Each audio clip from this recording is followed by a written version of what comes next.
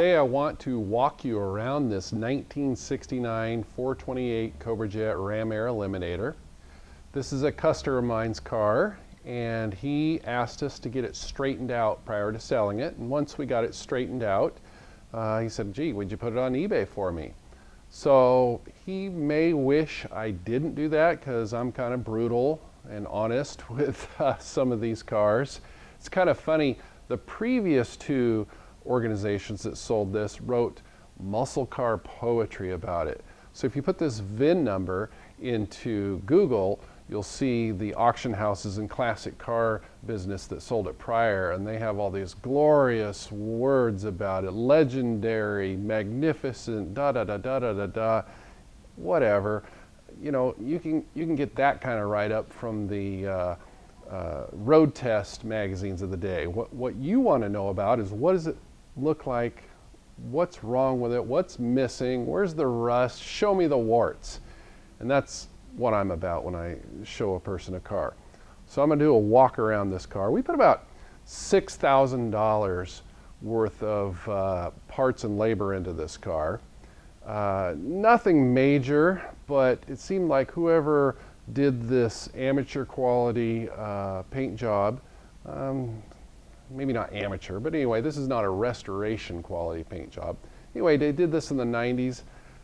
Whoever put it back together, just if the bolt fit in the hole, go with it. So we had to undo a lot of fasteners and bolts that are in the wrong position and just try to tidy things up. What I really like about it is how clean it is as far as rust. This is a California car and pretty much always has been. Let me show you under the hood.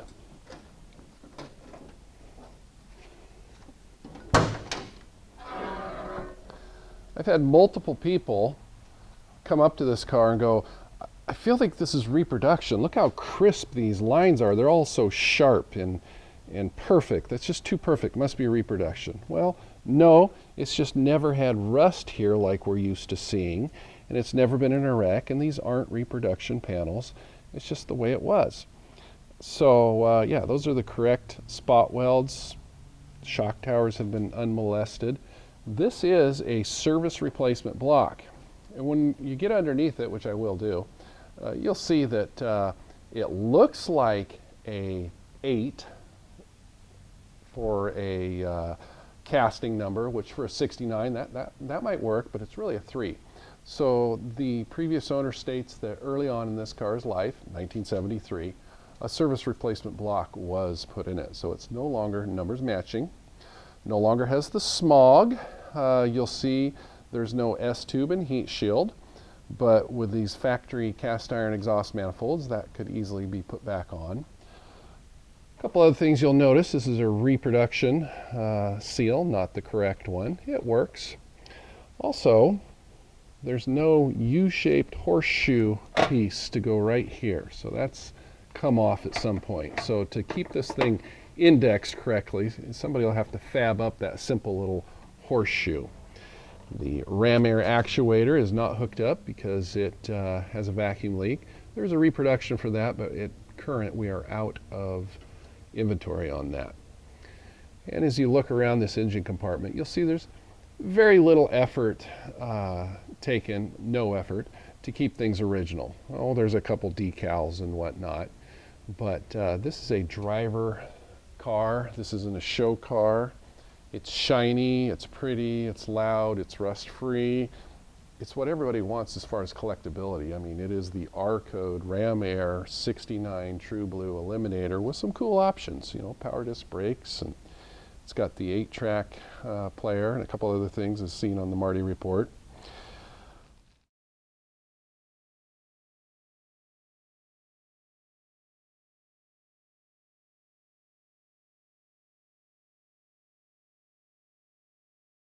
I can't tell where it's ever been in a collision up front.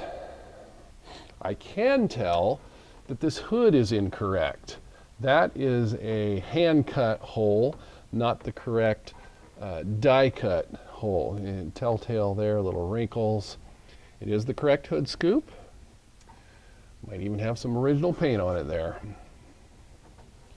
One of my favorite things about this car's body is the grille. It's impeccable. I can't find any hairline cracks. It's never been re-chromed. Maybe the black has been repainted. It's just unusually nice, straight, complete grille. This being a 1 year only 69 grille, I mean, finding a good core alone, well over $1,000. Then re-chroming it, well over $1,000.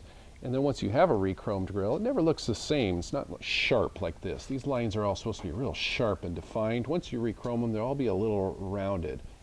So if a person ever was going to turn this into a show car, you got a nice start here.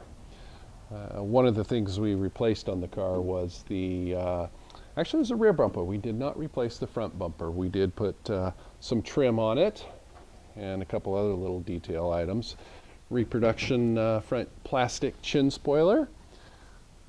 Just seems like honest sheet metal on the car. It does have that going for it. When it came in, it had no wheel lip moldings, so we put our reproduction wheel lip moldings on these. A lot of people ask me, oh gee Don, should I spring for NOS or restored wheel lip moldings, or what about the $100 set? Well, as you can see at first glance, these Mustang wheel lip moldings look pretty good. Driver quality. The beauty about them, if you ever ding one up, it's not much money at all to change them out. And of course, a guy could always put NOS on this later, or restored. As you probably know, Magnums never came on any Cougars, 67 to 73.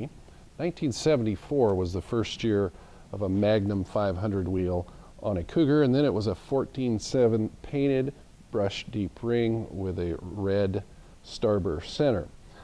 These are crowd pleasers. They're era correct. I personally like them. We got 15.8s on the back, 15.7s on the front. These tires are 99% tread and speak to how little this car has been driven since it was fixed up in the 90s, late 90s, but they need replaced. I'm noticing cracks in between. Look at it, it still has the nubs on these old TAs, but when I put it on the rack, I'm going to show you some cracks in there. So I would say these tires are unsafe, as are most tires after a decade. So these are probably 20-year-old tires. Needs a set of tires. Therefore, I'm not going to take you out on a 70-mile-an-hour road trip on this. We're going to put it down the street and back here in a little while. The originals, of course, were a 14.6 with a 12 holes and a little button cap. It does have that for the spare. Those are easy to come by, but a lot of people want something a little more aggressive on a 428 Cobra Jet, and I don't blame them. So I would say keep the 15.7s and have a set of originals stowed away for somewhere someday. Moving along here, nice luster on the paint. There's no obvious scratches or dings. Again, very few miles have been put on this car in the last 20 years. If you look real close, and forgive us for the water spots here, I noticed a couple of rust pimples, not here, but look right there. Just the tiniest amount. I just leave that alone. I wouldn't fix that. I wouldn't stress about it. I doubt it's going to get much worse. It is what it is. All the panels, again, line up pretty good on this car. The stainless is nice. It's complete. I don't think it's missing anything as far as a trim, emblems, fasteners on the outside. Let's pop the trunk here. I'm going to detail the trunk a little bit before it leaves here. But before I do, I wanted to show you what it looked like, because when I'm looking at a car, I don't want to see a pretty trunk, man. I want to see what's under it. As we all know, they always get a little rust right here, because from the factory there was no paint in this circular area, and that's the low part of the trunk. So it's pitted but not rotted. Go ahead and let's look at that quarter panel real close. Look, there's some previous damage on this quarter panel here. It's been ironed out. Seems to be all original metal here. Trunk floor is really nice. Again, we come over the driver's side. Got some heavy pitting in this circular area, but everything else is really nice. This quarter panel looks just pretty much perfect. That's original soundproofing. The taillight panel lines up. Here's another reason you don't have your average painter reassemble your car. Really? We put the rubber on on here instead of bonded here like we're supposed to. Anyway, it comes with another trunk seal. I'm not going to tackle this because I don't want to sit here and, you know, whittle away at rubber cement for, you know, a week of evenings. Yeah, all along here you got gooey rubber cement to deal with once you take this off and put it up here. It actually works down here, but it's not the way it's supposed to be. It's a really clean quarter panel, and yes, even California cars get the tiniest of blisters down here. Real hard to see. They're just tiny. They're not breaking through the paint, but I want to point that out. Anybody that's ever bought a car from me never calls me back or sends pictures and say, I didn't see this rust before I bought it. I'm a stickler on that, so I'm going to point that out. Also going to point out that in the front corner of this door, where they're so prone to getting them, is, well, there is no rust here, but I see a faint outline right here where maybe a previous repair was done. Nothing blistered there, but, and I know the camera isn't going to pick that up, but my eye just sees the ever so faintest, you know, like they did a patch there. We can open the door and maybe we'll see some other telltale signs in here. Nope, the skin, this is all original. Let's pan down this seam here.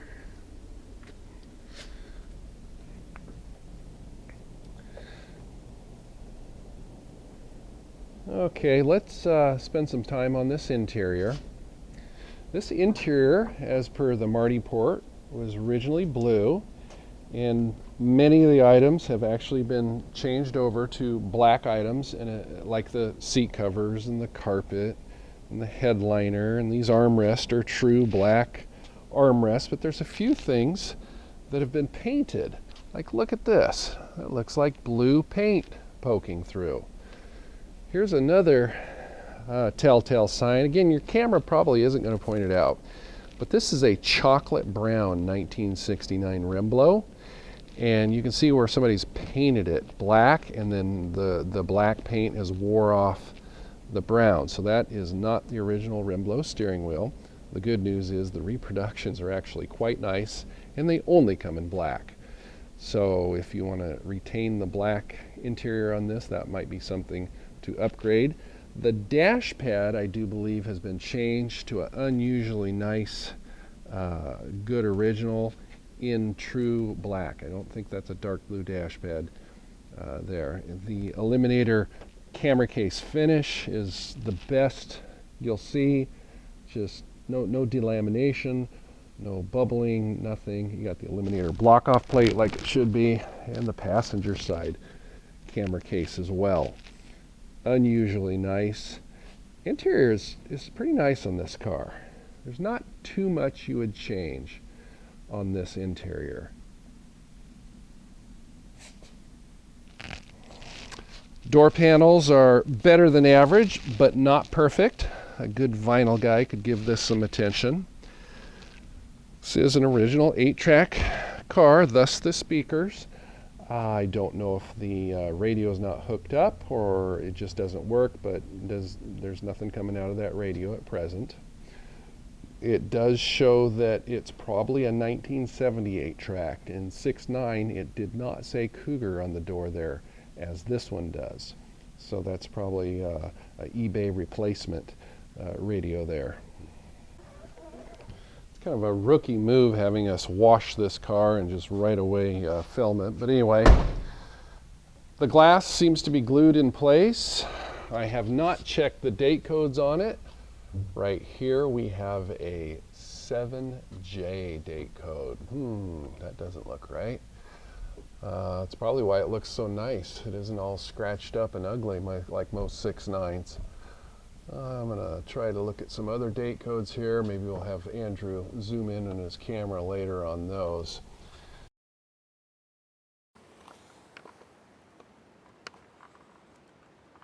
8L. That is a 9D.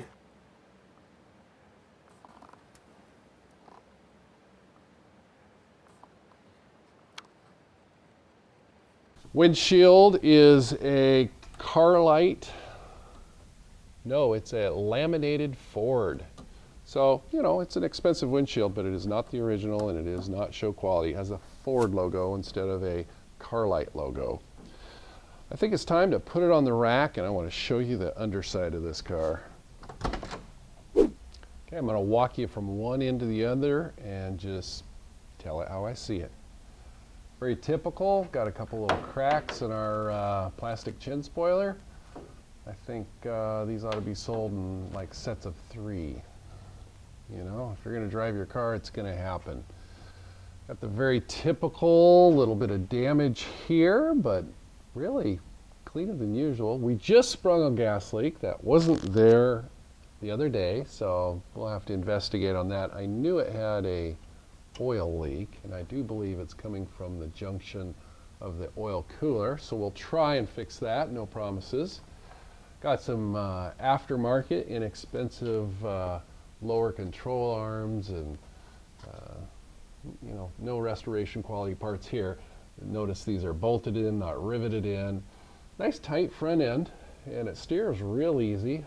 Obviously every bit of it's been rebuilt, including the steering box. No slack in it from what I see. Everything's tight.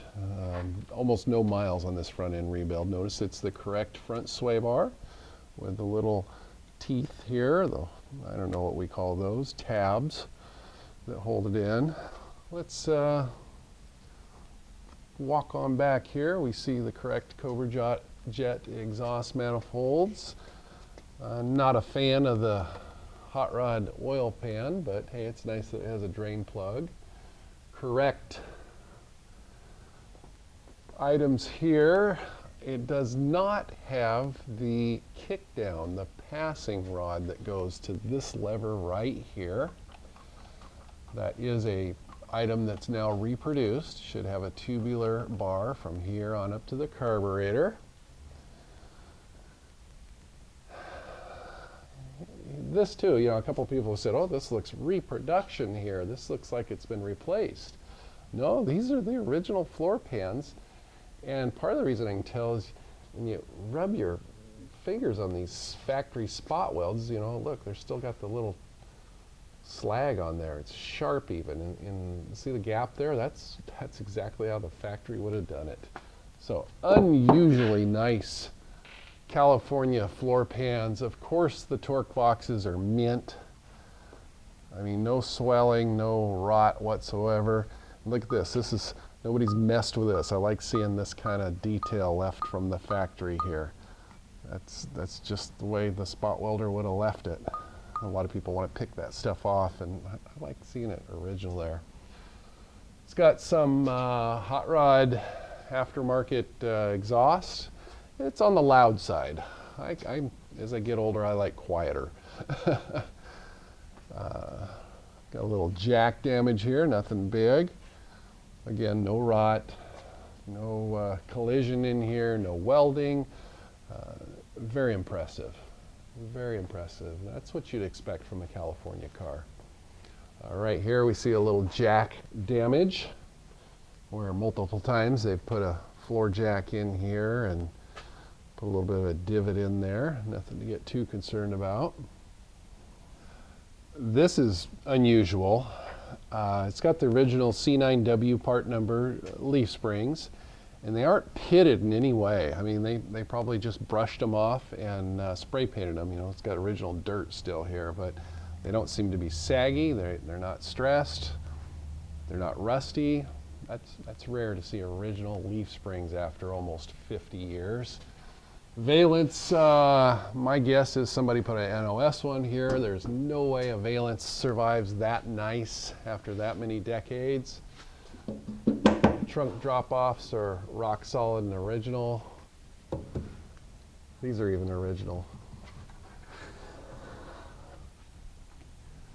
Moving on over to the passenger side, no cuts from, you know, sometimes people like put giant tires on these Cobra Jet cars. So I always look for rolled wheel lips and goofy things back here, and everything is just the way you want to see it. And quarter panels are a big deal on these old Cougars. Here's the rotted tires I was talking about. I'm going to let the new owner choose whatever kind of rubber they put on it, but I deem these unsafe. These have been sitting for a long time. This is a peg leg. Notice there's a little more wear on the right side than the left side. Look at this, the left side looks pretty much like, you know, still got the cracks in it, but this has got like 99% tread. And the other side's like 90%.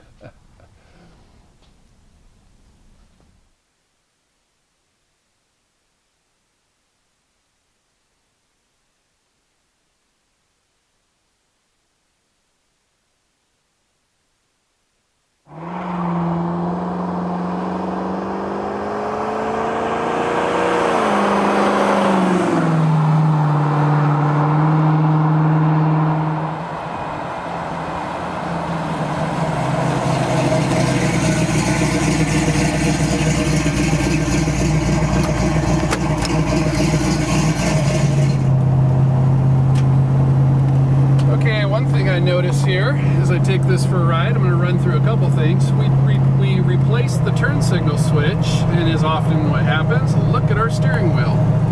So we're going to correct that. You also notice the low fuel light on. We're going to find out if the low fuel light option actually works, because I know we're for a fact about out of fuel, so when we go put a few gallons of gas in this, that light should come off. Holding the road nice. That's at 55 miles an hour, so I'm not fighting to keep it on the road.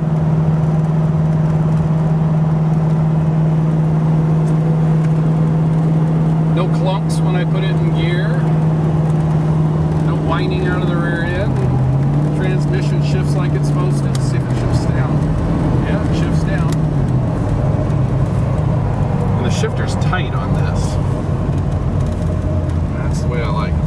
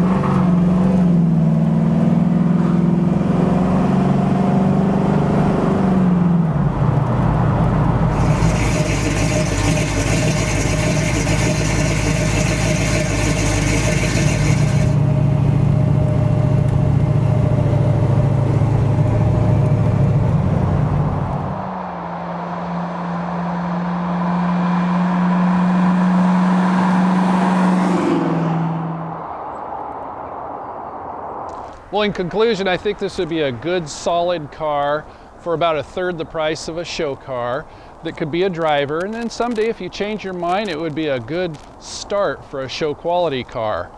This car is a customer of mine, so the payment will be made directly to him. I'm just helping him out, so all monies will go to him. We will do $2,000 deposit via PayPal, due immediately after the auctions close, and then I'll give you my customer's information to make payment directly for him. We're flexible on when you pick it up, and as always, we're happy to sell other parts for it, or you can call us and ask questions about it. And I think I've really done a good job of showing the warts on this car as well as the high points. Not every day you're going to find a solid California optimum color Cobra Jet Ram Air car. Lots of rusty cars, lots of full-on projects, but this is getting to be a really hard car to find. So I think this is going to be a great car for somebody that's looking for a driver with some horsepower.